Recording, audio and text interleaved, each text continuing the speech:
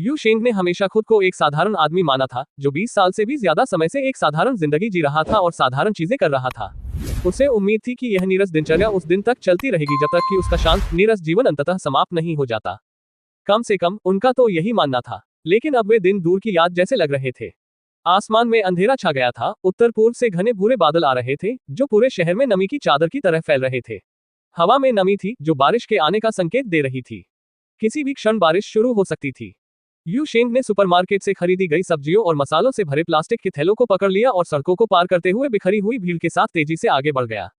सभी लोग उदास काले होते आसमान के नीचे घर की ओर जा रहे थे। जैसे ही वह एक दुकान से गुजरा, यू शेंग रुक गया, प्रवेश द्वार के ऊपर लगे साइनबोर्ड की ओर आकर्षित हुआ। उसने कुछ सेकंड तक उसे घूरा, फिर अपनी नजरें हटाई और अपने रास्ते पर आगे बढ़ गया, अपने अंदर समा रही बेचैनी को दूर भगाया। सड़कें खाली होती जा रही थी। कभी चहल पहल से भरा शहर मानो शांत हो गया हो, मानो सांस रोककर बारिश का इंतजार कर रहा हो। यू शेंग ने आगे की व्यावसायिक सड़क पर नजर डाली, जो दुकानों की रोशनी की हल्की चमक में नहा रही थी। दृश्य इतना जाना पहचाना होने के बावजूद वह उस अपरिचित अनुभूति को दूर नहीं कर सका, जिसका वर्णन वह नहीं कर सकता था। हाँ, अपरिचित। यू शेंग 20 साल से इस शहर में रह रहा था, फिर भी अब ये सीमा शहर उसे एक ऐसी जगह लग रहा था जिसे वह पहचान नहीं पाया था। ये वही शहर नहीं था जिसे वह याद करता था। कुछ चीजें जानी पहचानी लगती थी, लेकिन ज्यादातर वे सूक्ष्म रूप से अलग लगती थी। उसे साफ साफ याद था कि शहर के बीचों बीच गगनचुंबी इमारत को बुयुआन टॉवर कहा जाता था, न कि यह नया काउंसिल टॉवर। और सियुआन स्ट्रीट पर वह दुकान, ये सिर्फ एक ईंट की दीवार हुआ करती थी। यहाँ तक कि उसका पुराना घर भी वैसा नहीं था। इसकी जगह पुराने शहर में एक बहुत बड़ा टूटता हुआ पुराना घर बन गया था, जो इस तरह झुका हुआ था मानो किसी भी पल गिर सकता है। लेकिन जो चीजें उसे सबसे ज्यादा परेशान करती थी, वे थी दूसरी चीजें। ऐसी चीजें जो उसके लिए नहीं थी। पुराने जमाने के फोन बूथ जो सड़क के कोनों पर बेतरतीब ढंग से दिखते थे, रात के अंधेरे में छतों पर दौड़ती भाप से चलने वाली ट्रेनें, खाली क्लासरूम जो जोर से पाठ पढ़ने की आवाजों से गूंजते थे। और यू शेन की सांस रुक गई जब उसकी नजर सामने स्ट्रीट लैंप के नीचे किसी चीज पर टिक गई, एक लंबी पतली छाया जो एक काले खंभे की तरह फैली हुई थी। उसने अपना सिर उठाया और दूर से स्ट्रीट लैंप को देखा। वहां एक छाया खड़ी थी, असंभव रूप से लंबी और पतली। उसका शरीर एक छड़ी की तरह पतला था। ये 3 या 4 मीटर ऊंचा था। एक गहरा काला चेहरा, किसी भी विशेषता से रहित, छाया उसे देख रही थी। हालांकि वो हिली नहीं, बस वहां खड़ी थी, चुपचाप यू शेन को घूर रही थी। पैदल यात्री उसके नीचे से भागते हुए निकल गए। उन्हें स्ट्रीट लैंप के पास लगी उस भयावह आकृति का बिल्कुल भी पता नहीं था। कुछ लोग तो उसके बीच से ऐसे गुजरे जैसे वो वहां हो ही न, केवल यू शेन ही इसे देख सकता था। कुछ तनावपूर्ण क्षणों के बाद उसने अपनी आंखें हटा ली। उसका दिल उसकी छाती में धड़क रहा था। उसने एक तेज मोड़ लिया। अपनी गति बढ़ाते हुए वो दूसरी गली में तेजी से आगे बढ़ गया, डर के भाव को दूर भगाने की कोशिश कर रहा था। यू शेन यह नहीं बता सकता था कि शहर बदल गया है या वो बदल गया है, लेकिन वो बिना किसी संदेह के जानता था कि वो सामान्य जीवन जिसे वो कभी जानता था, 2 महीने पहले एक धूप वाली सुबह गायब हो गया था। वो वही उजली सुबह थी जब उसने अपना सामने का दरवाजा खोला था और कुछ संतरे लेने के लिए कोने पर स्थित छोटे सुपरमार्केट में जाने का इरादा किया था। वो आखिरी बार था जब उसने अपने घर का दरवाजा खोला था, तब से उसने उसे फिर कभी नहीं देखा था। उसने इस बारे में बहुत सोचा था, शायद ये किसी तरह का पार जाना था।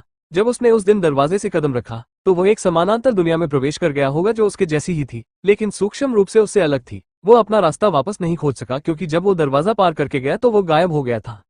या शायद उसके भीतर कुछ बदल गया था। शायद उसी क्षण या उसके कुछ समय बाद कुछ बदल गया था। अब वो ऐसी चीजें देख सकता था जो दूसरे नहीं देख सकते थे। वो अभी भी उसी जगह पर रह रहा था, लेकिन जानी पहचानी चीजें, साधारण रोजमर्रा की चीजें नजर से ओझल हो गई थी। उनकी जगह अजीब, बेचैन करने वाली परछाइयां आ गई थी। लेकिन इसका पता लगाने की कोशिश करने का कोई मतलब नहीं था। जिस भी नजरिए से उसने देखा, उसे याद आने वाली सरल जिंदगी खत्म हो चुकी थी। और यह विशाल अजीब शहर एक अंतहीन जंगल की तरह था, जो उसे अपनी अंधेरी घुमावदार शाखाओं में फंसा रहा था। 2 महीने बाद यू शेंग ने मुश्किल से इस नए घर के साथ तालमेल बिठाना शुरू किया था। इसके रहस्यों को उजागर करना तो दूर की बात थी, फिर भी कम से कम वह यहाँ यू शेंग था। उसके पास पहचान पत्र, कानूनी पता और गुजारा करने के लिए पर्याप्त पैसा था। उसके पास नौकरी भी थी, हालांकि वह असाधारण रूप से विश्वसनीय नहीं थी। अगर यह वास्तव में किसी तरह का पार करना था, तो वह भाग्यशाली था कि उसे पहचान की सामान्य समस्याओं का सामना नहीं करना पड़ा जो अधिकांश यात्रियों को होती है। मैं कौन हूँ? मैं कहाँ हूँ? मुझे पहचान पत्र कहाँ से मिलेगा? इस आधुनिक महानगर जैसे व्यवस्थित शहर में ये महत्वपूर्ण चिंताएं थीं। सख्त जनसंख्या प्रबंधन वाले समाज में किसी भी तरह के दस्तावेज के बिना रहना असंभव होगा। दूसरी ओर एक अराजक समाज या यहाँ तक कि एक अराजक दुनिया में प्रवेश करने से अन्य खतरे भी आ सकते थे, जैसे कि दुश्मन जासूस के रूप में शिकार किया जाना, एक विदेशी आक्रमणकारी के रूप में मार डाला जाना, या राक्षस समझकर देखते ही मार दिया जाना, या इससे भी बदतर एक गुफा में एक भूत द्वारा पकड़ लिया जाना और उसे उबालना। ये विचार यू शेन के दिमाग में कौन रहे थे जब वो वाणिज्यिक सड़क के बगल की संकरी गलियों से होकर एक छोटा रास्ता ले रहा था। आसमान और भी काला होता जा रहा था और जो अजीबोगरीब चीजें उसने पहले देखी थी वे अब और भी ज्यादा बार दिखाई देने लगी थी। अपनी आंखों के कोने से वो इमारतों की पुरानी दीवारों पर टिमटिमाती हुई परछाइयां देख सकता था। एक बिल्ली परछाइयों से छलांग लगाती हुई, रोशनी की एक किरण पर शान से संतुलन बनाते हुए जो कहीं से आती हुई लग रही थी। गिरती हुई बारिश की बूंदों में गायब होने से पहले उसने उसकी दिशा में 2 बार म्याऊं की और जमीन पर बने गड्ढों में विलीन हो गई। बारिश उसकी अपेक्षा से पहले आ गई थी। हवा तेज हो गई, ठंडी धार से उसे काट रही थी, उसके कपड़ों के माध्यम से रिस रही थी। यू शेन ने मुंह बनाया, अपने शॉपिंग बैग को सिर के ऊपर उठाया ताकि वो खुद को जितना हो सके उतना बचा सके और अपने कदम तेज कर दिए। अगर स्ट्रीट लैंप की छाया न होती तो वो मुख्य सड़क से होता और अब तक घर पहुंच चुका होता। वो घर भले ही डरावना रहा हो, लेकिन कम से कम वो बारिश से बचने के लिए एक जगह तो थी। वो मन ही मन कोसने लगा। उसका ध्यान स्ट्रीट लैंप के नीचे खड़ी काली आकृति की ओर चला गया। अनुभव से यू शेन जानता था कि ये अजीबोगरीब चीजें जो उसने देखी वे आमतौर पर हानिरहित थीं। जब तक वो उनके साथ खिलवाड़ नहीं करता वे उसके साथ खिलवाड़ नहीं करेगी। लेकिन ये जानते हुए भी उसकी सहज प्रवृत्ति ने उसे ऐसी किसी भी चीज से बचने के लिए कहा जो बहुत डरावनी लगती हो। इस तरह का रास्ता अपनाना एक गलती थी। ठंड बढ़ती गई, हवा में अप्राकृतिक शीतलता छा गई, जिससे अचानक बारिश होने लगी। यू शेन ने भौहें सिकोड़ी। उसे बढ़ते डर के साथ एहसास हुआ कि उसकी सांस हवा में धुंध बन रही थी और जो बारिश की बूंदें गिर रही थीं, वे कठोर, तीखी, बर्फीली सुइयों की तरह उसकी त्वचा में चुभ रही थीं। उसके पैरों के नीचे की जमीन एक चिकने दर्पण में बदल रही थी, जो गिरती हुई बारिश को कांच की चादर की तरह प्रतिबिंबित कर रही थी। उसके सीने में घबराहट भर गई। उसने पहले कभी ऐसा कुछ नहीं देखा था, शहर के इस विचित्र, विकृत संस्करण में भी नहीं। इस बारिश में कुछ दुष्टता थी। हवा में व्याप्त द्वेष से उसकी त्वचा में चुभन होने लगी। उसने घबराहट में इधर उधर देखा, लेकिन कुछ पल पहले जिस गली में कुछ और लोग थे वो अब पूरी तरह से सुनसान थी। वहां कोई और नहीं दिख रहा था। दूर की रोशनी मंद थी और उसके चारों ओर की दुनिया टेढ़ी मेढ़ी लग रही थी। गली के अंत में चौराहा पास और दूर के बीच बदल रहा था।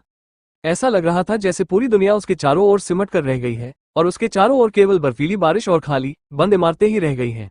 यू शेन की धड़कनें तेज हो गईं। वो सबसे नजदीकी इमारत की ओर भागा, एक दुकान जिसमें एक पुराना लोहे का दरवाजा था। उसे इस बात की परवाह नहीं थी कि वो किस तरह की दुकान थी, उसे बस आश्रय और मदद की जरूरत थी। बारिश का मौसम बहुत खराब होता जा रहा था। हर बूंद कांच के टुकड़े की तरह चुभ रही थी और हवा इतनी ठंडी हो गई थी कि सांस लेना भी मुश्किल हो रहा था। वो दरवाजे के पास पहुंचा और उसे जोर से पीटने लगा। क्या कोई है? उसकी आवाज गले में ही मर गई। वहां कोई दरवाजा नहीं था, सिर्फ दीवार पर एक पेंटिंग थी और खिड़कियां, उन्हें भी रंगा गया था। उसके पीछे से एक हल्की सी सरसराहट की आवाज आई। दिल की धड़कनें तेज होने लगी। यू शेन धीरे धीरे घूमा, उसके पेट में भय उमड़ रहा था। बारिश से भीगी हुई जमीन के प्रतिबिंब में एक छायादार आकृति आकार ले रही थी। अंधेरे से एक अजीब, टेढ़ा मेढ़ा प्राणी निकल रहा था। यह एक मेढक था, एक विशालकाय मेढक, लगभग 1 मीटर लंबा, जिसके सिर पर अनगिनत, बिना पलक झपकाए आंखें थीं। इसका चिकना शरीर चमक रहा था, बारिश को विकृत दर्पण की तरह प्रतिबिंबित कर रहा था। मेढक का मुंह खुला और एक पल में उसकी तीखी जीभ बाहर निकली, जो सीधे यूशेन के दिल पर निशाना साध रही थी। शिट! यूशेन ने कसम खाई, एक तरफ छलांग लगाई, उसका हाथ सुरक्षा के लिए अपने हाथ में लिए डंडे की ओर बढ़ा। उसने अपने शरीर को घुमाया, हमले से बचने के लिए, लेकिन जीभ अस्वाभाविक रूप से घूमी, हवा में मुड़ी और सीधे उसकी पीठ को छेदते हुए दूसरी ओर निकल गई। क्या? यूशेन ने अपनी छाती से बाहर निकली जीभ को बड़ी बड़ी आंखों से देखा। उसका दिल अभी भी धड़क रहा था और जीभ की नोक पर अटका हुआ था।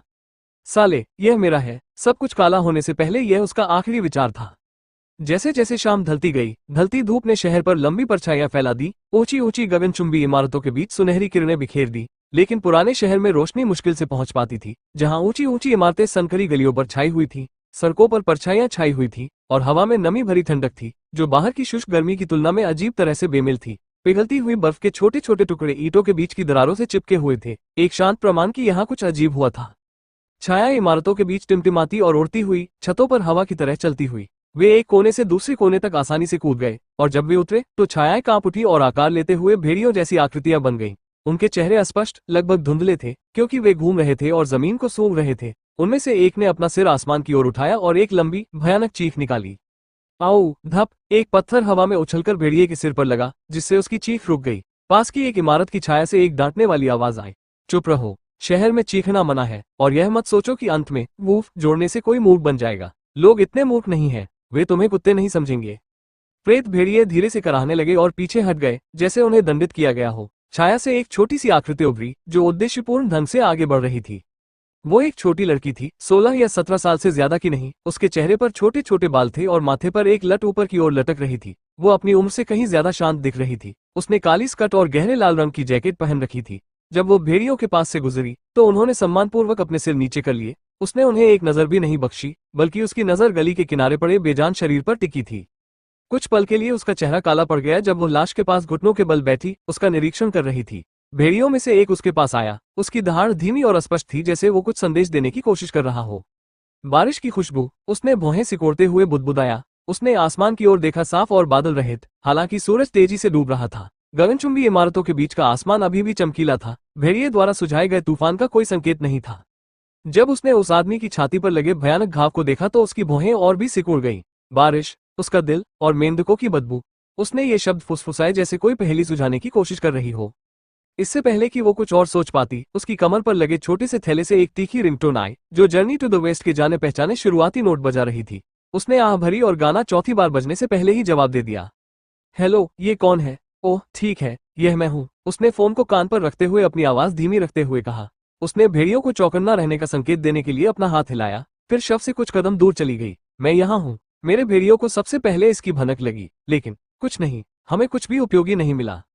उसने फिर से उस दुर्भाग्यपूर्ण लाश पर नजर डाली। उसकी अभिव्यक्ति तनावपूर्ण थी। ये बारिश थी और एक अभिव्यक्ति थी, एक बारिश मेढक। लेकिन ऐसा लगता है कि बारिश ने केवल एक व्यक्ति को निशाना बनाया। हाँ, पीड़ित बहुत बदकिस्मत है। जब तक मैं यहाँ पहुंचा तब तक ये पहले ही रुक चुकी थी। गहराई वापस लेवल एल पर आ गई है। बारिश सीमा से अलग हो गई है। दूसरी तरफ बैठे व्यक्ति ने शायद मेडिकल सहायता के बारे में पूछा होगा, क्योंकि लड़की ने आह भरते हुए जवाब दिया, शरीर को इकट्ठा करने के लिए किसी को भेजो। डॉक्टर को भेजने का कोई मतलब नहीं है। कोई भी रेन फ्रॉग के हमले से अकेले नहीं बच सकता। उसका दिल निकाल लिया गया है।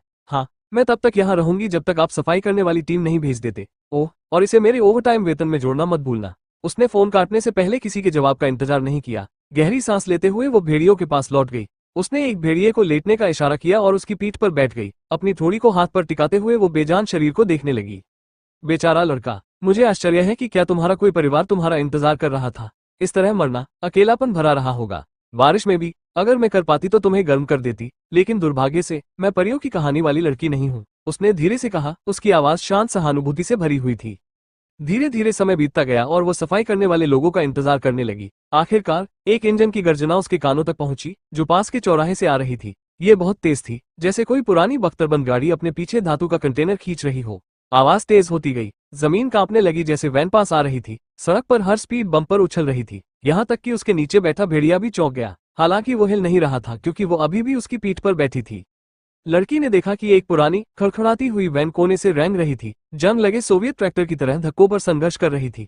उसने हल्की जिज्ञासा के साथ उसे देखा, क्योंकि वह आखिरकार रुक गई। सामरिक गियर में कई लोग जल्दी से बाहर कूद पड़े, तुरंत वैन को पीछे से धक्का दिया, जैसे कि उन्होंने ऐसा 100 बार किया हो।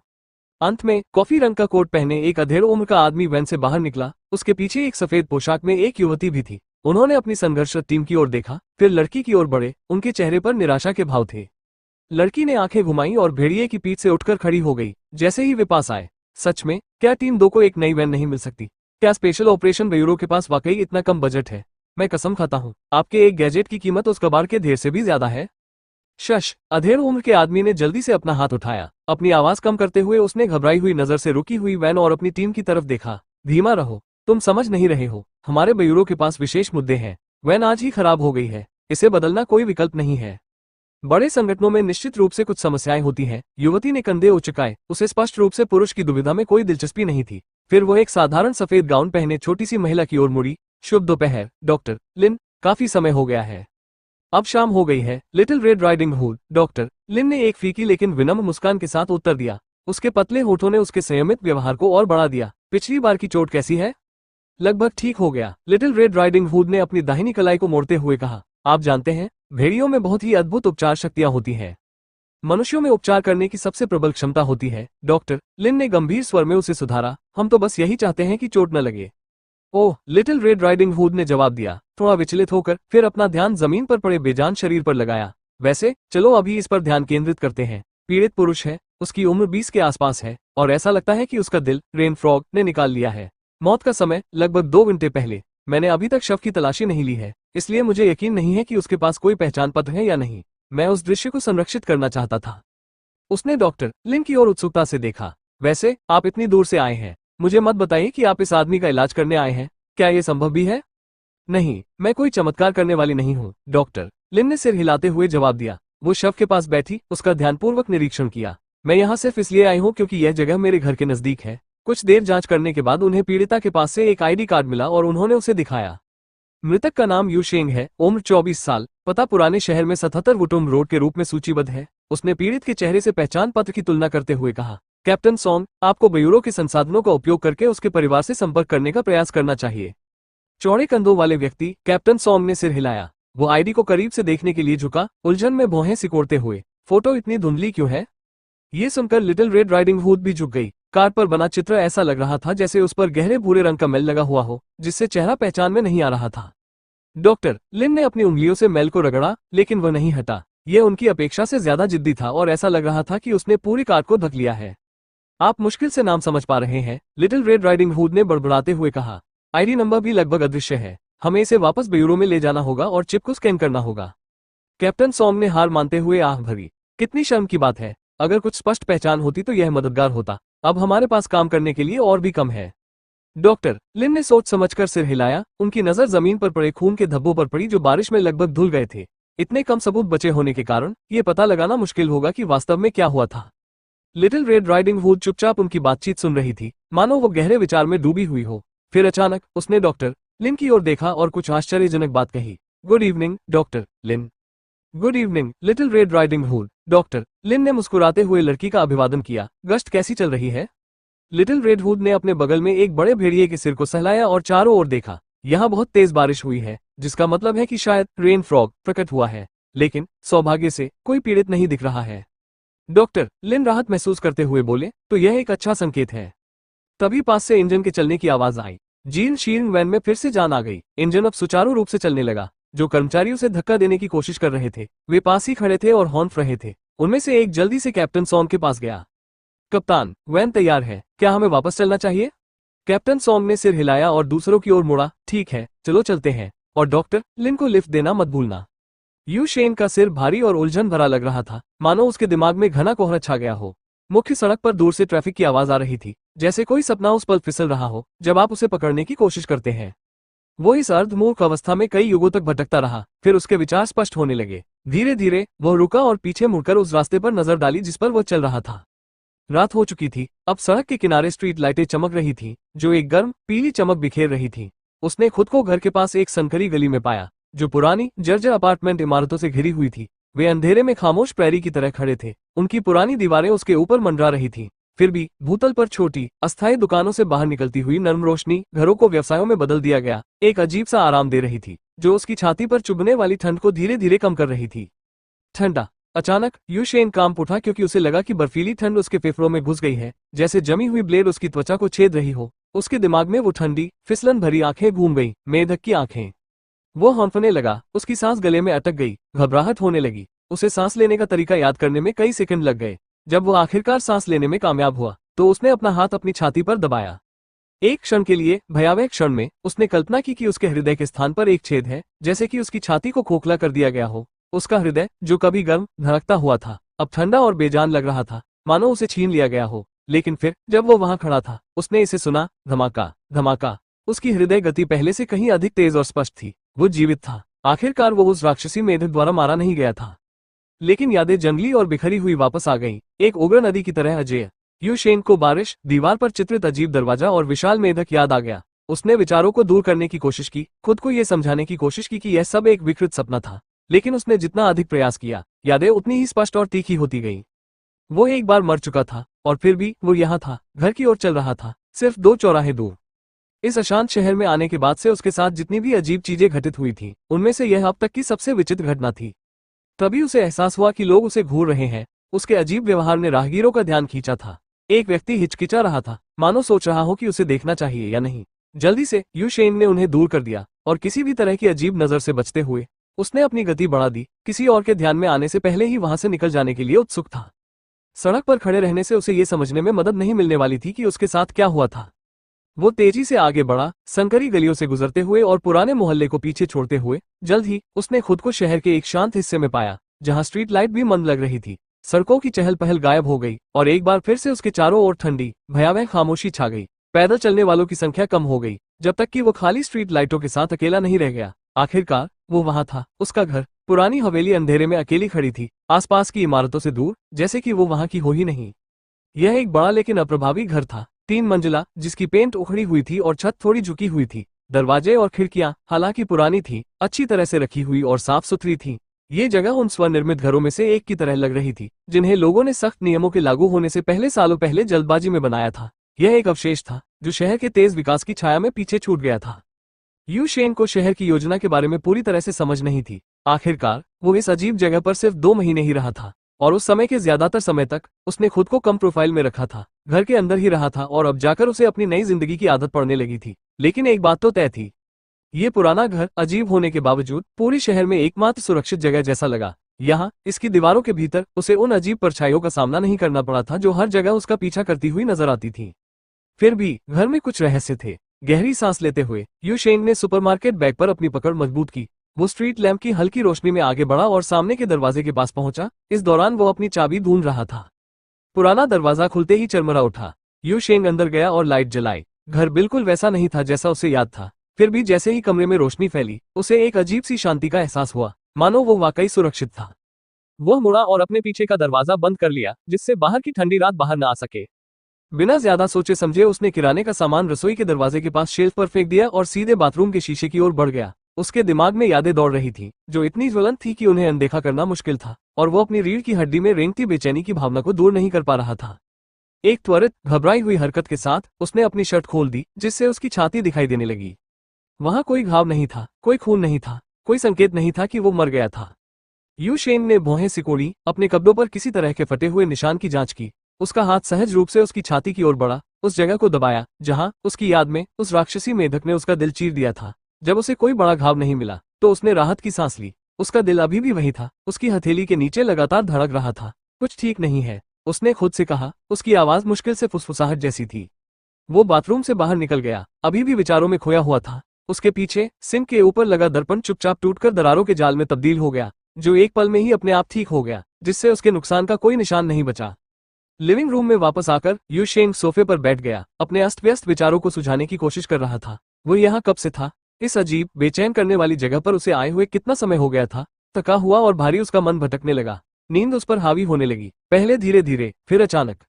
यह कोई आरामदायक नींद नहीं थी। उसके दिमाग में एक गहरी धुंध छाई रही, जब तक कि उसके सिर में एक जोरदार धमाका नहीं हुआ, जैसे उसके ठीक ऊपर एक पत्थर पर फावड़े का प्रहार हुआ हो। इस आवाज ने उसे चौंका दिया।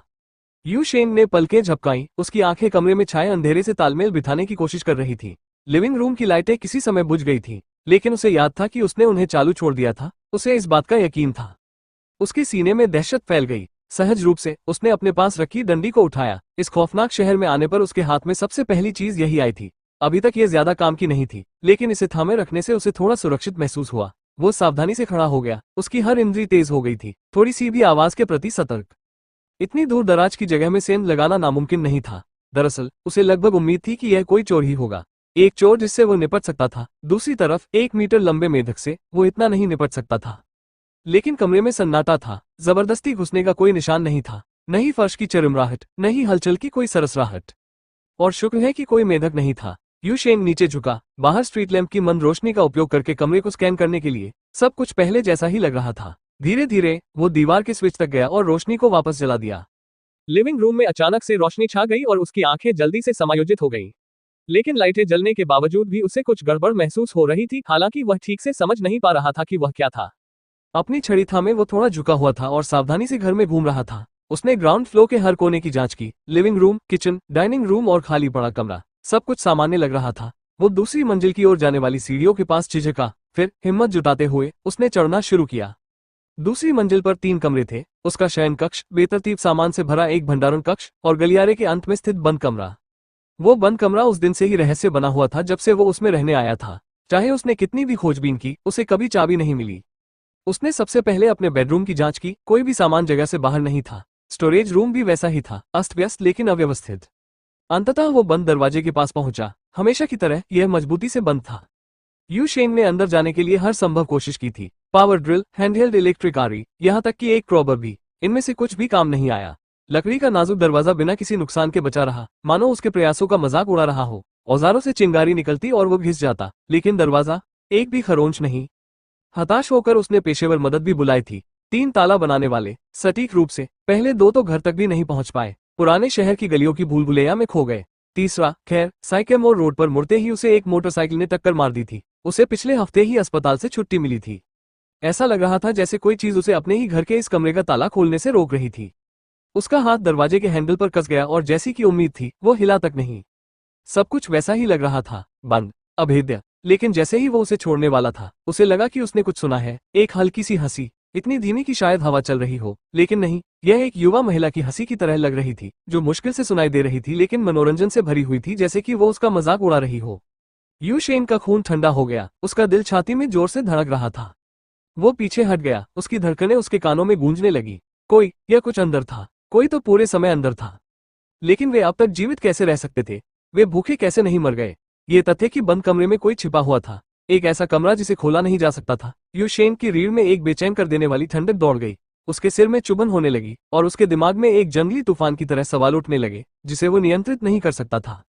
वो कौन था? वे अंदर कैसे घुस आए? क्या वे उस समय अंदर घुस आए जब वो सो रहा था, या इससे भी बदतर बात यह है कि वे उसके आने के बाद से पूरे 2 महीने तक वहां रहे थे? दूसरा विचार असहनीय था। इसका मतलब ये होगा कि जब यूशेन घर में अनजान और अकेले रहता था, तो उसी कमरे में कोई छिपा हुआ था। उसे साफ साफ याद था कि किसी ने एक बार भी दूसरी मंजिल के कमरे का दरवाजा नहीं खोला था। क्या कोई वहां हमेशा से था? क्या कोई छिपा हुआ रास्ता था? या इससे भी बदतर, क्या वो इंसान भी था? उसके मन में जंगली विचारों की बाढ़ आ गई, लेकिन जल्द ही उसका चेहरा शांत हो गया। शायद ये कुछ समय पहले मेढक के साथ हुई उस अजीब मुठभेड़ की वजह से था, या शायद ये किसी खतरनाक चीज से बाल बाल बचने की अजीब अनुभूति थी।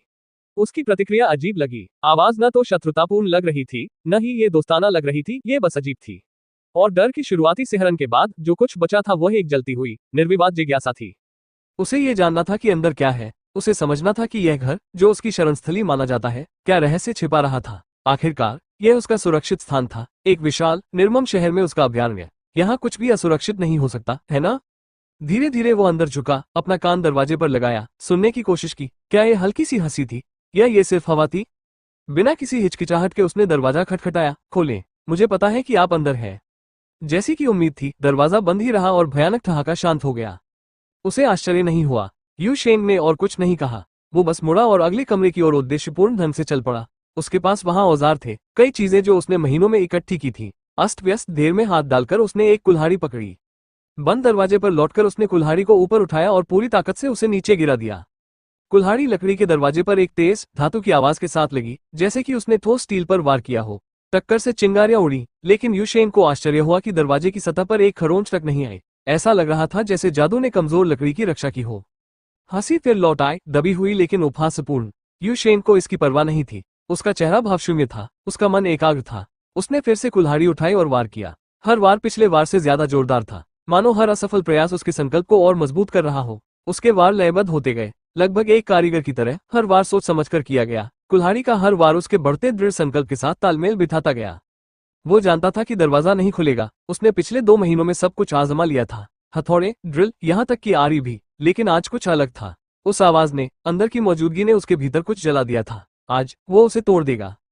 हर झटके के साथ उसका संकल्प और गहरा होता गया। दरवाजे पर कुल्हाड़ी के हर प्रहार से उसकी भुजाओं में कंपन होता था, और अजीब तरह से यह महसूस होता था संतुष्टिदायक। ऐसा लग रहा था जैसे इस दरवाजे को काटने का कार्य उसे किसी गहरी आदिम शक्ति से जोड़ रहा था। उसका मन भटक गया, और एक अजीब पल के लिए उसने खुद को वू गैंग के रूप में कल्पना की, एक पौराणिक व्यक्ति जिसे चांद पर एक लॉरेल के पेड़ को अंतहीन रूप से काटने के लिए अभिशप्त किया गया था।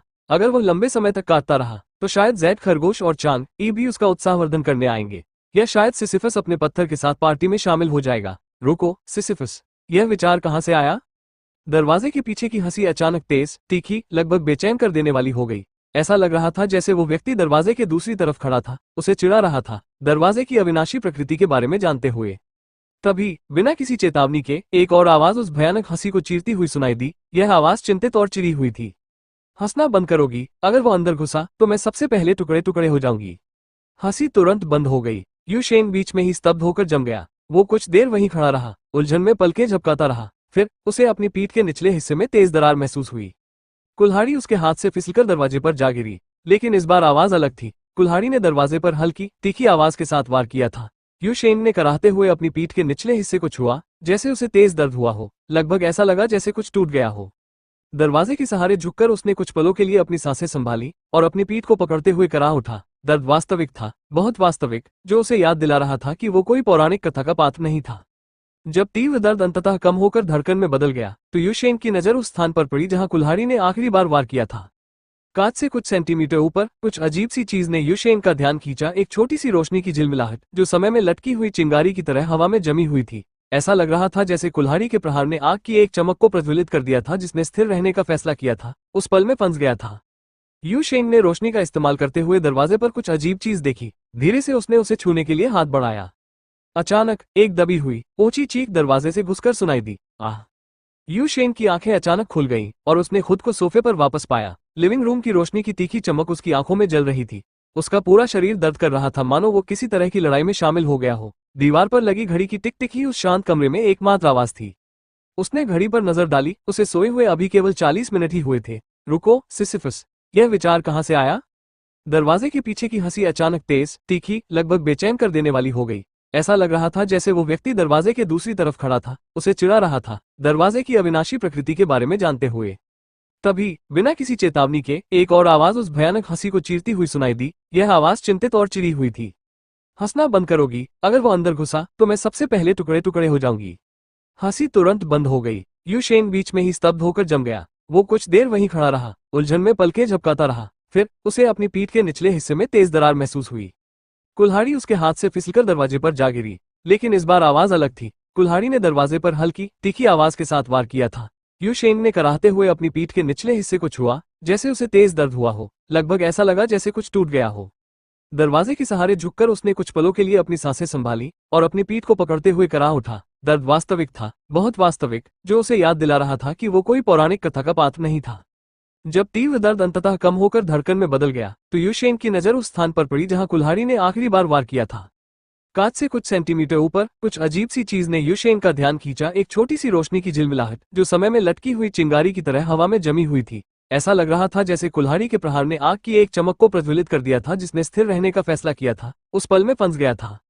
युशेन ने रोशनी का इस्तेमाल करते हुए दरवाजे पर कुछ अजीब चीज देखी। धीरे से उसने उसे छूने के लिए हाथ बढ़ाया। अचानक एक दबी हुई ऊंची चीख दरवाजे से घुसकर सुनाई दी। आह! युशेन की आंखें अचानक खुल गईं और उसने खुद को सोफे पर वापस पाया। लिविंग रूम की रोशनी की तीखी चमक उसकी आंखों में जल रही थी। उसका पूरा शरीर दर्द कर रहा था, मानो वो किसी तरह की लड़ाई में शामिल हो गया हो। दीवार पर लगी घड़ी की टिक टिक ही उस शांत कमरे में एकमात्र आवाज थी। उसने घड़ी पर नजर डाली, उसे सोए हुए अभी केवल 40 मिनट ही हुए थे। वहां विचलित अवस्था में लेटे हुए युशेन के विचार धीरे धीरे तीव्र हो गए। क्या ये सब एक सपना था? वो पलकें झपकाता रहा, फिर भी सब कुछ समझने की कोशिश करता रहा, लेकिन कुछ ठीक नहीं था। सपना? वो बहुत वास्तविक लग रहा था। हर विवरण की जीवंतता उसके साथ बनी रही। उसके हाथों में कुल्हाड़ी का वजन, हर वार का बल और दरवाजे पर जमी हुई चिंगारी। और कराहते हुए युशेन अपनी पीठ के निचले हिस्से को पकड़ते हुए अचानक उठ बैठा।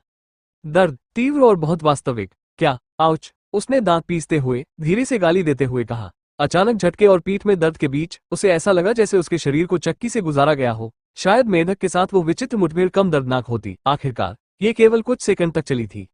वो खड़ा होकर अपनी पीठ थामे हुए सिहर उठा। जितना अधिक वो सपने के बारे में सोचता गया, उतना ही उसे यकीन होता गया कि यह महज एक सपना नहीं था। आप सपने में अपनी पीठ पीछे तो नहीं खींचते, है ना? कुछ ठीक नहीं था। कोई चीज या कोई व्यक्ति उसके सुरक्षित घर में घुस आया था। दर्द के बावजूद जितना हो सका खुद को सीधा करते हुए युशेन दूसरी मंजिल पर ऊपर चला गया। एक नई तत्परता की भावना उसे आगे बढ़ने के लिए प्रेरित कर रही थी। वो इस सवाल का जवाब दिए बिना नहीं जाने वाला था। एक हाथ में एक वापस लेने योग्य डंडा पकड़े हुए वो भंडारण कक्ष में तब तक खोजता रहा जब तक उसे अपने सपने में दिखाई गई कुल्हाड़ी नहीं मिल गई। जिस क्षण उसकी उंगलियां इसके हैंडल के चारों ओर लिपटी, एक परिचित अनुभूति उसके भीतर दौड़ गई। सपने की सटीक गर्मी और वजन छोटी से छोटी चीज तक मौजूद थी। वो वापस बंद दरवाजे के पास लौटा। ऊपर से देखने पर वो अपरिवर्तित लग रहा था, पहले की तरह ही ठोस और अडिग। उस अजीब चमकते निशान का कोई निशान नहीं जो उसने देखा था। सब कुछ शांत था, बहुत शांत, लेकिन युशेन को ठीक से पता था कि कहाँ देखना है। उसने डंडा अपनी बेल्ट में लगाया, कुल्हाड़ी को अपने बाएं हाथ में लिया और अपना दाहिना हाथ आगे बढ़ाकर दरवाजे की सतह को टटोला। उसकी उंगलियां उस कांटे के पास ढूंढ रही थी जहां उसने कुछ देखा था। तभी उसका हाथ उस पर पड़ा, एक हैंडल, एक अदृश्य हैंडल जो निश्चित रूप से पहले कभी वहां नहीं था। कैसे? उसने इस दरवाजे के हर इंच को अनगिनत बार चेक किया था, वहां कोई हैंडल नहीं था। क्या उसके सपने ने उसे किसी तरह ये बता दिया था? क्या यह उसके अथक प्रयासों का नतीजा था, या कुछ और विचित्र? उसके दिमाग में संभावनाओं की बाढ़ सी आ गई। हर एक संभावना उन फिल्मों, किताबों और खेलों से प्रेरित थी जो हमेशा उसकी कल्पना को जगाती थी। लेकिन उसने इस पर ध्यान नहीं दिया। उसने काम किया। बिना किसी हिचकिचाहट के उसने हैंडल को पकड़ लिया और उसे धीरे से घुमाया। दरवाजा, जो महीनों से अभेद्य था, बिना किसी प्रतिरोध के खुल गया। आगे वाला कमरा खाली था। यू शेंग ने पलकें झपकाई। वो दहलीज पर खड़ा था। दरवाजा आधा खुला था। दालान से कमरे में मंद रोशनी की एक किरण फैल रही थी, जो नंगी दीवारों और लकड़ी के फर्श पर हल्की परछाई बना रही थी। कोई भूत नहीं, कोई उपहासपूर्ण हंसी नहीं, कोई रहस्यमयी आकृति नहीं। पर्दों की दरार से आती ठंडी हवा की हल्की फुसफुसाहट ही सुनाई दे रही थी। चांद की पतली और फीकी रोशनी फर्श पर असमान धब्बों में बिखरी हुई थी। लेकिन तभी उसकी नजर किसी चीज पर पड़ी। कमरे के अंदर कुछ था। दरवाजे की ठीक सामने दीवार पर एक पेंटिंग लटकी हुई थी। इसे खूबसूरती से फ्रेम किया गया था। किनारों के चारों ओर जटिल शास्त्रीय बैलें बुनी गई थीं। दृश्य में एक सुंदर कुर्सी को दर्शाया गया था, जिस पर पृष्ठभूमि के रूप में एक समृद्ध लाल कालीन बिछा हुआ था। और अधिक कुछ नहीं। कैनवास पर कोई डरावनी आकृति नहीं दिख रही है। कोई भूतहा छवि नहीं दिख रही है जो जीवन में आने का इंतजार कर रही हो। यू शेंग ने भौहें सिकोड़ी और सावधानी से आधे मीटर ऊंची पेंटिंग को देखने के लिए आगे बढ़ा। उसने दरवाजे के पास लाइट स्विच को पकड़ा और उसे जला दिया। तेज रोशनी में पेंटिंग के विवरण स्पष्ट रूप से उभरकर सामने आ रहे थे। दृश्य का अध्ययन करते हुए उसकी आंखें सिकुड़ गईं। जितना अधिक वो देखता, उतना ही उसे लगता कि कुछ ऐसा है जो वो नहीं देख पा रहा है। उसकी नजर कलाकृति के हर इंच पर घूम रही थी, कुछ असामान्य खोजने की कोशिश कर रही थी। फिर उसने उसे देखा, फ्रेम के निचले कोने में। यह मुश्किल से ध्यान देने योग्य था, लेकिन वहां था। स्कर्ट का एक छोटा सा किनारा बाहर झांक रहा था, जैसे कि कोई दृश्य के किनारे से थोड़ा दूर छिपा हुआ हो। तुम वहां हो? यू शेंग ने पुकारा। उसकी आवाज में संदेह साफ झलक रहा था। पेंटिंग में से एक दोषी आवाज ने उत्तर दिया, यहाँ कोई नहीं है। मेढक के साथ हुई उस अजीब घटना के बाद से यू शेंग को ऐसा लगा जैसे उसका दिल बड़ा हो गया है, किसी तरह सख्त हो गया है। सब कुछ संभालना थोड़ा आसान लग रहा था। जैसे कि अब, उदाहरण के लिए, एक विचित्र सपने से जागते हुए उसने एक कमरे का ताला खोला था जिसे बंद ही रहना चाहिए था। एक बोलती हुई तेल पेंटिंग देखी और यह भी महसूस किया कि उसके अंदर कुछ और भी था, कुछ ठीक नहीं, जो छिपा हुआ था। फिर भी वो यहाँ था, हमेशा की तरह शांत। आगे बढ़ते हुए यू शेंग ने दीवार से पेंटिंग को उठाया, उसे अपने हाथों में लिया और ध्यान से उसका अध्ययन किया। फ्रेम भारी था, लगभग सम्मान का आदेश दे रहा था, और विवरण असाधारण थे। जटिल पैटर्न काले लकड़ी की सतह पर घूमते थे, एक दूसरे में बेलों की तरह बुनते और कैनवास के किनारों पर नाजुक फूलों के साथ सहजता से घुल-मिल जाते थे। वो कला के बारे में ज्यादा नहीं जानता था, लेकिन वह भी बता सकता था कि यह पेंटिंग एक छोटे से भाग्य के लायक थी। फिर भी पेंटिंग के भीतर छिपी हुई आकृति ने खुद को पूरी तरह से प्रकट करने से इनकार कर दिया। केवल एक स्कर्ट का किनारा कोने से झांक रहा था, जो थोड़ा पीछे हट रहा था, जैसे कि उसे उसका ध्यान आ गया हो। यू शेंग ने झुककर पेंटिंग को देखा और उसकी गहराई में झांकने की कोशिश की, लेकिन देखने के लिए और कुछ नहीं था। मुझे पता है तुम वहां हो, उसने फ्रेम को हिलाते हुए कहा, ताकि वो हिल जाए। छिपने से तुम्हें कोई फायदा नहीं होगा। पेंटिंग के कोने से हल्की सरसराहट आई, लेकिन कोई आवाज नहीं आई। यू शेंग ने किसी की अनदेखी नहीं की। उसने शांति से पेंटिंग को फर्श पर रखा और नीचे झुक गया। अपनी जेब से उसने लाइटर निकाला और उसे सहजता से, अभ्यास के साथ खोला। लाइटर के सिरे पर एक छोटी सी लौ नाच रही थी। जब उसने उसे पेंटिंग के पास रखा, उसका चेहरा ठंडा था। मैं 3 तक गिनूंगा। अगर तुम बाहर नहीं आए, तो मैं इस पूरी चीज को जलाकर राख कर दूंगा। इसके बाद जो सन्नाटा छा गया, वो तनावपूर्ण था। लेकिन जब वो अपनी धमकी पर खरा उतरने ही वाला था, तो पेंटिंग से एक छोटी, झिझकती हुई आवाज आई। ये बस एक साधारण लौ है। आप इससे किसी अलौकिक प्राणी को चोट नहीं पहुंचा सकते। यद्यपि आवाज में कंपन था, यू शेंग उसे जोर से और स्पष्ट सुन सकता था। ओह सच में। उसने एक भौं उठाई, एक छोटी सी, जानकार मुस्कान के साथ आगे झुका। चलो देखते हैं इस बारे में। इससे पहले कि आवाज विरोध कर पाती, उसने लौ को फ्रेम के कोने पर दबा दिया। लगभग तुरंत ही एक तीखी चीख गूंजी, नहीं, रुको, तुम इसे जला दोगे। संतुष्ट होकर यू शेंग ने झटके से लाइटर बंद कर दिया और देखा कि पेंटिंग के किनारे पर कांटेदार पुष्प पैटर्न से एक आकृति तेजी से उभरी। यह एक लड़की थी जो गॉथिक ब्लैक ड्रेस पहने हुए थी और ऐसा लग रहा था जैसे वो किसी दूसरी सदी से आई हो। उसके लंबे काले बालों पर सफेद लेस वाला हेडबैंड लगा हुआ था और उसकी गोरी त्वचा चीनी मिट्टी की तरह चिकनी और बेदाग थी। वो निर्विवाद रूप से खूबसूरत थी, जब तक कि आपने उसकी आंखों पर ध्यान नहीं दिया। कमरे की मंद रोशनी में खून की तरह लाल मंद मंद चमक रहा था। वे उसे घूर रहे थे, भय और क्रोध के मिश्रण से भरे हुए, और एक पल के लिए यू शेंग चौंक गया। उसने उम्मीद नहीं की थी कि वो इतनी अचानक प्रकट होगी। फिर भी उसके बारे में कुछ ऐसा था जो पूरी तरह से डरावना नहीं था। सामान्य परिस्थितियों में यू शेंग उसे एक नाजुक सुंदरता समझ सकता था, लेकिन यहाँ पेंटिंग की अंधेरी, उदास पृष्ठभूमि से उभरकर उसकी उपस्थिति उसके दिल की धड़कन को बढ़ाने के लिए पर्याप्त थी। लड़की ने खुद को कैनवास के किनारे से सटा लिया। उसकी लाल आंखें उसकी आंखों में घुसती हुई बहुत बड़ी हो गई थी। उसका चेहरा लगभग पूरी पेंटिंग में समा गया था। आग फिर से मत जलाओ, उसने विनती की। उसकी आवाज अब नर्म हो गई थी। यह मेरा एकमात्र घर है। यू शेंग ने एक कदम पीछे हट लिया। उसकी लाल नजर की तीव्रता उसे बेचैन कर रही थी। उन आंखों में कुछ ऐसा था, वे उसके साथ चिपक गईं, चर्मपत्र पर स्याही की तरह उसके दिमाग में समा गईं। उसे खुद को दूर देखने के लिए मजबूर होना पड़ा। नहीं चाहता था कि वो ऊपरी हाथ हासिल कर ले। ठीक है, उसने अपना गला साफ करते हुए कहा, मैं इसे नहीं जलाऊंगा। लड़की ने पलकें झपकाईं, उसका चेहरा शांत हो गया। वो पेंटिंग के किनारे से पीछे हट गई और उसके केंद्र में वापस आ गई, जहां वो खुद को एक अलंकृत नक्काशीदार कुर्सी पर बैठाती है जो मोटी लाल मखमल से ढकी होती है। उसके हाथों में एक छोटा सा टेडी बियर था, जिसे उसने एक सुरक्षात्मक ताबीज की तरह अपनी छाती के करीब रखा था। यू शेंग स्थिर खड़ा रहा, उसे देखता रहा। एक गॉथिक लड़की टेडी बियर पकड़े हुए थी। इसी तरह ये लगभग सामान्य लग रहा था, लेकिन जैसे जैसे वह देखता रहा, कुछ गड़बड़ महसूस हुई। उसकी नजर उसकी कलाई पर पड़ी, जो उसकी ड्रेस की आस्तीन के नीचे दिख रही थी। वहां जोड़ थे, वे प्राकृतिक नहीं थे। वहां सीवन साफ दिख रहे थे, जैसे आप बॉल जॉइंट वाली गुड़िया पर देखते हैं। उसने पलकें झपकाई और यह जानकर उसकी उलझन बढ़ गई कि वो इंसान नहीं थी। मानो उसकी गहन जांच को महसूस करते हुए लड़की असहजता से अपनी कुर्सी पर हिल गई, भौहें सिकोड़ते हुए। तुम मुझे ऐसे क्यों घूर रहे हो? यू शेंग ने अपने मन में जल रहे सवाल को पूछने के लिए अपना मुंह खोला, लेकिन वो झिझक गया। वो इस दुनिया के बारे में क्या जानता था? उसने अभी अभी सतह को ही छुआ था। अभी के लिए अपनी अज्ञानता को छिपाए रखना ही बेहतर था। उसने अपना दृष्टिकोण बदल दिया। तुम कौन हो? उसने तटस्थ स्वर में पूछा, और तुम यहाँ क्यों हो? लड़की हिचकिचाई, भालू पर उसकी पकड़ मजबूत होती गई। फिर आखिरकार उसने कुछ कहा। मेरा नाम आयरीन है, उसने अपनी सीट पर थोड़ा सा हिलते हुए कहा, जैसे कि वो खुद को ज्यादा औपचारिक दिखाने की कोशिश कर रही हो। मैं एलिस के लिटिल हाउस से आई हूँ। मैं एलिस की गुड़ियों में से एक हूँ, लेकिन वो बहुत समय पहले की बात है। एक गुड़िया। यू शेन का ध्यान उस एक शब्द पर केंद्रित हो गया। उसकी नजर आयरीन की कलाइयों पर पड़ी, उन अजीबोगरीब बॉल जॉइंट वाली कलाइयों पर, और फिर वापस उसके चेहरे पर। उसने जो दो बातें कही थी वे उसे बहुत पसंद आए। एलिस का छोटा सा घर और एलिस की गुड़ियाएं।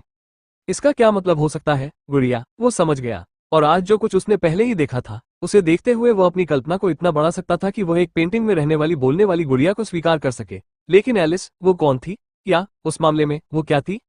एलिस लिटिल हाउस नाम सुनकर ऐसा लगा कि यह कोई जगह या कोई संगठन भी हो सकता है, और एलिस की गुड़िया सुनकर उसे लगा कि यह सिर्फ आयरीन नहीं है, और भी बहुत सी गुड़ियाएं हो सकती हैं। यू शेन के दिमाग में विचार कौंधने लगे। क्या उसके जैसे और भी लोग हो सकते हैं? गुड़ियों का एक पूरा समूह। उसने हर जगह घरों की कल्पना की, जिनमें से हर एक में एक गुड़िया पेंटिंग में छिपी हुई थी, दरवाजे बंद कर रही थी, उन घर के मालिकों को चिढ़ा रही थी जिनके पास चाबी नहीं थी, लेकिन उन्हें लाइटर से आसानी से धोखा दिया जा सकता था। पूरी बात अवास्तविक और रहस्य से घिरी हुई लग रही थी। आयरीन की आवाज ने उसके विचारों को तोड़ दिया। तुम कुछ क्यों नहीं बोल रहे हो? तुम अभी भी इसे जलाने के बारे में नहीं सोच रहे हो, है ना? यू शेंग ने पलकें झपकाई और उसकी आंखों से आंखें मिलाई। उसकी लाल आंखों में चिंता की झलक थी। उसने अपना गला साफ किया और आगे झुककर गंभीर दिखने की कोशिश की। मेरे पास एक सवाल है। आयरीन ने उसकी ओर उम्मीद भरी नजरों से देखा। हाँ, क्या है? वो और भी करीब झुक गया, अपनी आवाज धीमी कर ली जैसे कि वो कोई बहुत जरूरी बात पूछने वाला हो। यह एलिस लिटिल हाउस, क्या यह किसी तरह की एजेंसी है जो संपत्ति के मूल्यों को कम करने का काम करती है? एक पल के लिए सन्नाटा छा गया। आयरीन ने आंखें झपकाई, स्पष्ट रूप से हैरान। क्या आप जानते हैं? यू शेंग ने धीरे धीरे बोलना जारी रखा, जैसे कि कोई साजिश समझा रहा हो। लोग आपको घरों में घूमने, दरवाजे बंद करने, दिन में इधर उधर पड़े रहने और रात में लोगों को डराने के लिए, हंसने के लिए काम पर रखते हैं। इससे घरों की कीमतें गिरती हैं, है ना? जैसे कि बाजार को नीचे लाने के लिए प्रॉपर्टी पर भूतों का साया डालना। आयरीन बस उसे देखती रही, उसकी लाल आंखें चौड़ी हो गईं। वो लंबे असहज क्षण तक एक शब्द भी नहीं बोली, मानो वो उसके बेतुके सिद्धांत को समझने के लिए संघर्ष कर रही हो। फिर उसका चेहरा आक्रोश और अविश्वास के मिश्रण से लाल हो गया। तुम मुझे जितना चाहो अपमानित कर सकते हो, लेकिन तुम गुड़ियों के पूर्वज या मेरी बहनों का अपमान नहीं करोगे। वो रो पड़ी, स्पष्ट रूप से क्रोधित। हम बहुत शक्तिशाली हैं। तो फिर तुम मेरे घर में क्यों घुसे हुए हो? यू शेंग ने बीच में टोकते हुए कहा। उसकी आवाज में निराशा भर गई। तुम दरवाजे क्यों बंद कर रहे हो? और उस डरावने सपने का क्या हुआ जो मैंने पहले देखा था? क्या वो तुम्हारा ही किया धरा था? ओह, और वो हंसी, क्या वो तुम्हारा ही किया धरा था? उसने तेजी से एक के बाद एक सवाल पूछे। उसके शब्द तेज और जोरदार थे। जब उसने बात खत्म की तो उसे एहसास हुआ कि उसने शायद ज्यादा जोर लगाया होगा। उसने उस बारिश में आए मेढक के बारे में सोचा, जिसने किसी तरह उसका दिल खोल दिया था और उसे अजीब अनुभव की ओर ले गया था। वो इस भावना से बाहर नहीं निकल पाया कि यह पेंटिंग और आयरीन भी उतनी ही खतरनाक हो सकती है। वो अब समझदार लग सकती है, लेकिन कौन जानता था कि वो वास्तव में क्या करने में सक्षम थी। लेकिन इससे पहले कि वो पीछे हट पाता, उसने अपने संदेह दूर कर दिए। अगर मेढक एक बार उसका दिल खोलकर उसे मरने में सक्षम था, और इससे कुछ भी भयानक नहीं हुआ था, तो वो शायद एक गुड़िया को संभाल सकता था जो आग से डरती थी। आखिर सबसे बुरा क्या हो सकता था? आयरीन ने गुस्से में आकर न तो गुस्सा दिखाया और न ही अपना टेडी बियर उस पर फेंका। इसके बजाय वह अपनी कुर्सी पर पीछे की ओर सिकुड़ गई, थोड़ी दोषी सी लग रही थी। मेरा ऐसा होने का इरादा नहीं था, उसने कहा। उसकी आवाज अब बहुत नर्म हो गई थी। वो अपनी सीट पर मुड़ गई, घबराहट में अपने टेडी बियर को तब तक दबाती रही जब तक कि उसकी छोटी भुजाएं विकृत नहीं हो गई। बहुत समय पहले मेरे साथ एक दुर्घटना हुई थी और मैं इस पेंटिंग के अंदर फंस गई थी। मैंने बाकी सभी गुड़ियों से संपर्क खो दिया। उसकी आंखें पेंटिंग के बाहर के कमरे को इस तरह से देख रही थी मानो वो यू शेंग के घर की दीवारों से परे कुछ देख रही हो। मैं आपके घर में क्यों हूँ? उसने अनिश्चित स्वर में कहा। मुझे वास्तव में नहीं पता। मैं इस पेंटिंग में फंस गई हूँ और मुझे ये चुनने का अधिकार नहीं है कि मैं कहाँ पहुंचूं। क्या आपने मुझे किसी कला प्रदर्शनी या किसी और जगह से नहीं खरीदा और मुझे अपनी दीवार पर नहीं लटकाया? यू शेंग ने पलकें झपकाई। सवाल सुनकर अचंभित हो गए। पेंटिंग में दिख रही लड़की जिसने खुद को आयरीन कहा था, यू शेंग के साथ बड़ी बड़ी आंखों से टकराव में फंसी हुई थी। दोनों में से किसी ने भी पलक नहीं झपकाई। दोनों चुपचाप एक दूसरे को आंक रहे थे। उनके बीच तनाव इतना गहरा था कि चाकू से काट दिया जा सकता था। ये दिन की तरह साफ था कि उनमें से किसी को भी एक दूसरे पर भरोसा नहीं था। यू शेंग को यकीन नहीं हो रहा था कि पेंटिंग में दिख रही यह लड़की सच बोल रही है या नहीं। वो किसी अभिशाप से निकली हुई लग रही थी और एलिस के छोटे से घर जैसी रहस्यमयी जगहों और पेंटिंग के अंदर फंस जाने की उसकी बातें बहुत अजीब थीं। जब उसने दावा किया कि उसे नहीं पता कि वो घर में क्यों है, तो उसे एक पल के लिए भी उसकी बात पर यकीन नहीं हुआ। दूसरी तरफ आयरीन भी यू शेंग से उतनी ही सावधान लग रही थी। उसकी आंखें बार बार उसके लाइटर की तरफ घूम रही थी। उसे साफ तौर पर शक था कि वो उसे जलाने की साजिश कर रहा था। मुझे अब भी लगता है कि तुमने खुद ही पेंटिंग खरीदी, उसे टान दिया और फिर उसे पूरी तरह से भूल गए। आयरीन ने 100वीं बार जोर देकर कहा, मनुष्य ऐसा करते हैं, तुम्हें पता है। तुम्हें कोई अजीब चीज मिलती है, तुम्हें लगता है कि इसे इकट्ठा करना चाहिए, फिर तुम उसे खरीद लेते हो और उसे धूल में मिलने के लिए वहीं छोड़ देते हो। उसके शब्दों ने यू शेंग को कुछ देर के लिए रोक दिया। वह इस विचार को पूरी तरह से खारिज नहीं कर सकता था। आखिरकार वह इस घर में सिर्फ 2 महीने से रह रहा था और इसका बहुत कुछ हिस्सा अभी भी उसके लिए रहस्य था। वह सिर्फ घर से ही अपरिचित नहीं था, वह खुद से भी अपरिचित था। कौन जानता था कि उसके आने से पहले ये जगह कैसी थी? क्या उससे पहले कोई और यू शेंग हो सकता था? यह विचार उसके दिमाग में कुछ देर के लिए कौर था, लेकिन जल्दी ही खत्म हो गया। उसने फिर से पेंटिंग में लाल आंखों वाली लड़की पर ध्यान केंद्रित किया और अपना सिर हिलाया। यह असंभव है, उसने दृढ़ता से कहा। कोई भी एक नजर में देख सकता है कि यह पेंटिंग महंगी है। ऐसा कोई तरीका नहीं है जिससे मैं ऐसी चीज खरीद सकूं। अच्छा, शायद यह वाकई सस्ता था। आयरीन आगे बढ़ी और अपने टेडी बियर को कसकर गले लगाया। आजकल बहुत सारे नकली सामान मिलते हैं, फूलदान, पंखे, पेंटिंग। शायद पिछले मालिक ने मुझे थोक सौदे के तहत खरीदा था। आप जानते हैं, 2.5 युआन प्रति किलोग्राम या ऐसा ही कुछ। या शायद विक्रेता को पता नहीं था कि मेरी असली कीमत क्या है।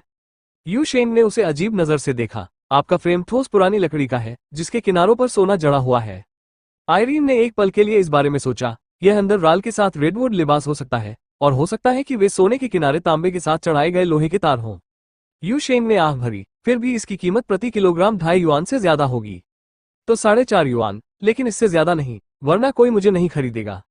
यू शेंग उसे देखता रहा। उसके पास कहने को शब्द नहीं थे। आयरीन की लाल आंखें चमक उठी जब उसने उसे देखा। क्या तुम कुछ क्यों नहीं बोल रहे हो?